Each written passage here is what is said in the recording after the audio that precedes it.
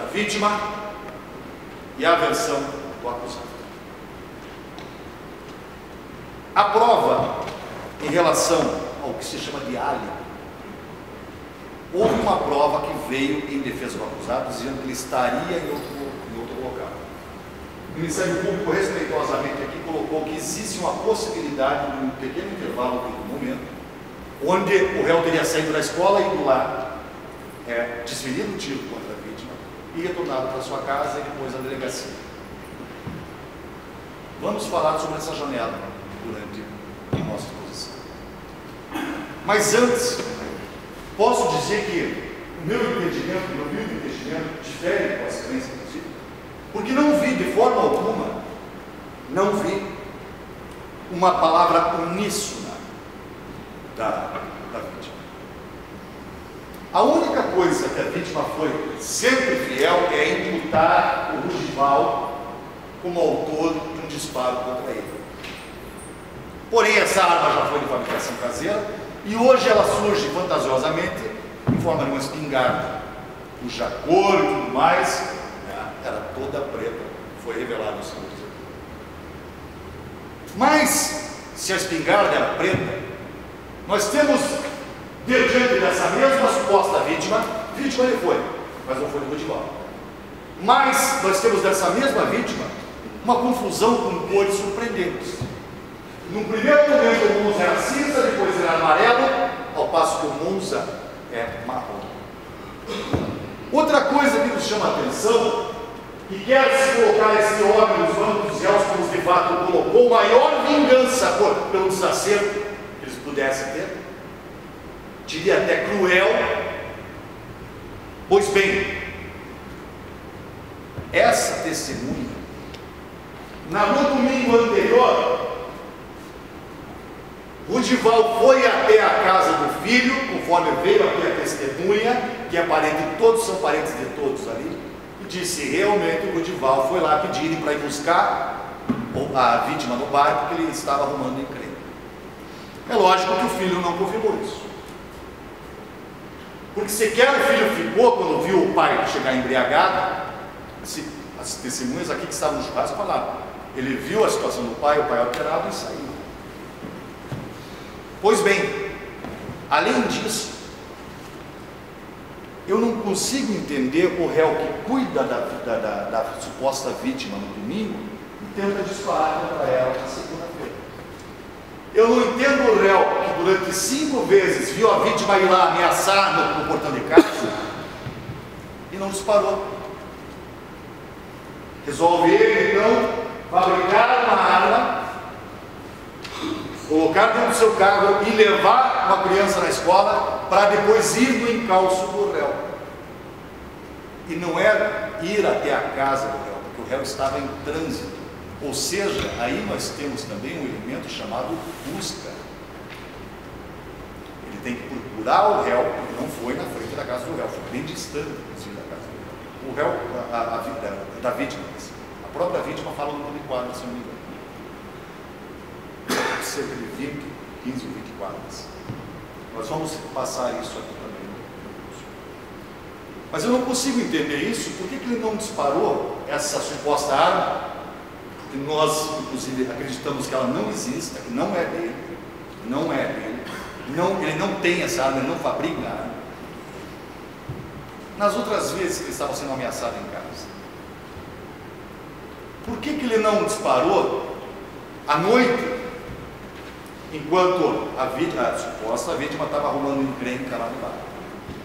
Por que a vítima não diz a verdade sobre a encrenca que estava tendo no bar com terceira pessoa, sendo que as outras testemunhas confirmaram? E, humildemente, sem querer aqui agredir pessoalmente ninguém, um comportamento extremamente reprovável, sim, da vítima. O Ministério Público diz que sim, houve, no mínimo, o exercício arbitrário, se as ferramentas efetivamente fossem dele. Porém, não era. Mas isso pode ter sido furto. E a pessoa que tem a cara de pau de entrar, abrir o portão, entrar na casa do outro e subtrair para si que não lhe pertence, me parece que é uma pessoa que não tem muito limite. Como limite também não tem sua filha, quando pulou o muro, mas era um muro baixinho. Por isso eu perguntei ali se delimita ou não propriedade. O Divaldo chamou a atenção da menina por quê? Isso não é coisa de se fazer. Houve altercação, chegou coisas de família, que, lamentavelmente, nem toda a família teve pacificamente. Houve a linguistação por parte do acusado em relação à filha da suposta vítima. E houve a altercação então de ânimos, acabaram então virando inimigos, posteriormente voltaram a fazer amizade novamente, aí brigaram por questão da moto. Não, porque no depoimento da delegacia, a questão da moto mostra, certo, que o próprio filho da vítima falou o quê? Certo, que não fala nada sobre moto, a moto vem agora, como a espingarda que surge agora também, tal qual a espingarda que surge agora. Agora, o mais interessante de tudo isso foi que o doutor promotor, quando perguntou em que lado da rua o senhor estava, do lado esquerdo, pois bem, não haveria, o próprio promotor levantou aqui, não haveria como acontecer o que aconteceu se ele estivesse do lado esquerdo, porque, segundo consta, certo, ele tem ferimentos do lado esquerdo. Se ele está do lado esquerdo, não tem como uma pessoa encostar a arma do motorista e atingir o lado esquerdo, a menos que coloque o carro em cima da calçada. Em nenhum momento foi dito isso. Quando o promotor disse o quê? Não, mas isso não pode. Inclusive eu vou resgatar o vídeo enquanto os colegas falam. Para e diz, não, é que eu me confundo. Só que um gesto existiu do lado esquerdo. Ele não só falou esquerdo. Ou seja, realmente as coisas não podem ter acontecido como de fato a vítima conta. Quem sabe a vítima esteja não só usando esse processo, e o que é pior, usando dessa casa sagrada para se vingar do seu desafeto, para se vingar de uma sociedade que acabou. Ou quem sabe ele esteja inclusive tentando, e como conseguiu de fato, se eximir da responsabilidade do furto das ferramentas da invasão do domicílio, ou mesmo do exercício arbitrário. O crime não respondeu, isso não foi indiciado, não tem nada. O boletim de ocorrência que o Rudival foi fazer naquele dia, para reaver suas ferramentas de trabalho, não foi feito. O Henrique não respondeu por nada. Por isso eu perguntei para ele se ele havia respondido por alguma coisa. Realmente, eu não estava lá, o não estava lá, os senhores não estavam lá, não, ninguém estava lá.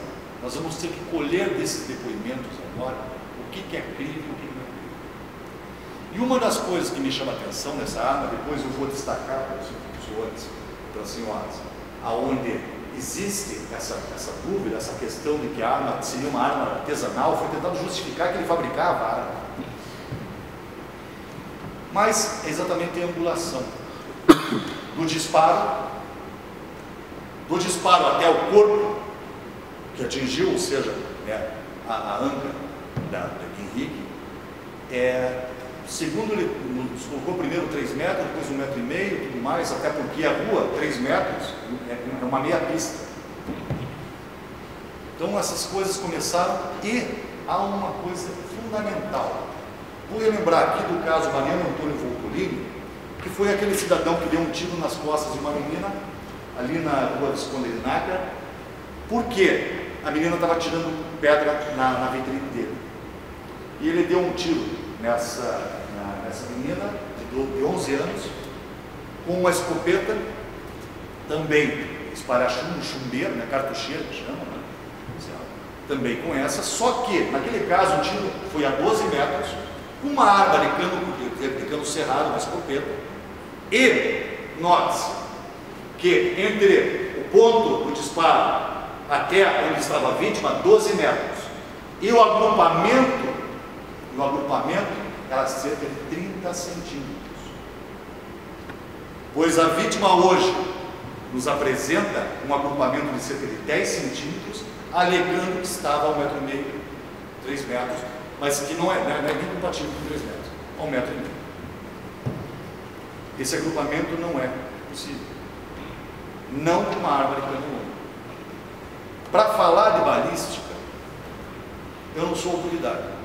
O Dr. Edson de Brito Rangel Júnior, filho do grande Dr. Edson de Brito Rangel, jurista, com mais de 700 júris, inclusive em Goiânia, a quem eu tenho a honra de chamar de tio, e também sou afilhado dele, meu padrinho, tem muito mais condições de falar sobre isso. Eu vou passar a palavra ao Dr. Edson agora, para que ele faça as introduções necessárias nesse tema. Enquanto isso, eu vou separo para os seus jurados aquele trecho do vídeo. Ok? Dr. Edson, a palavra é sua.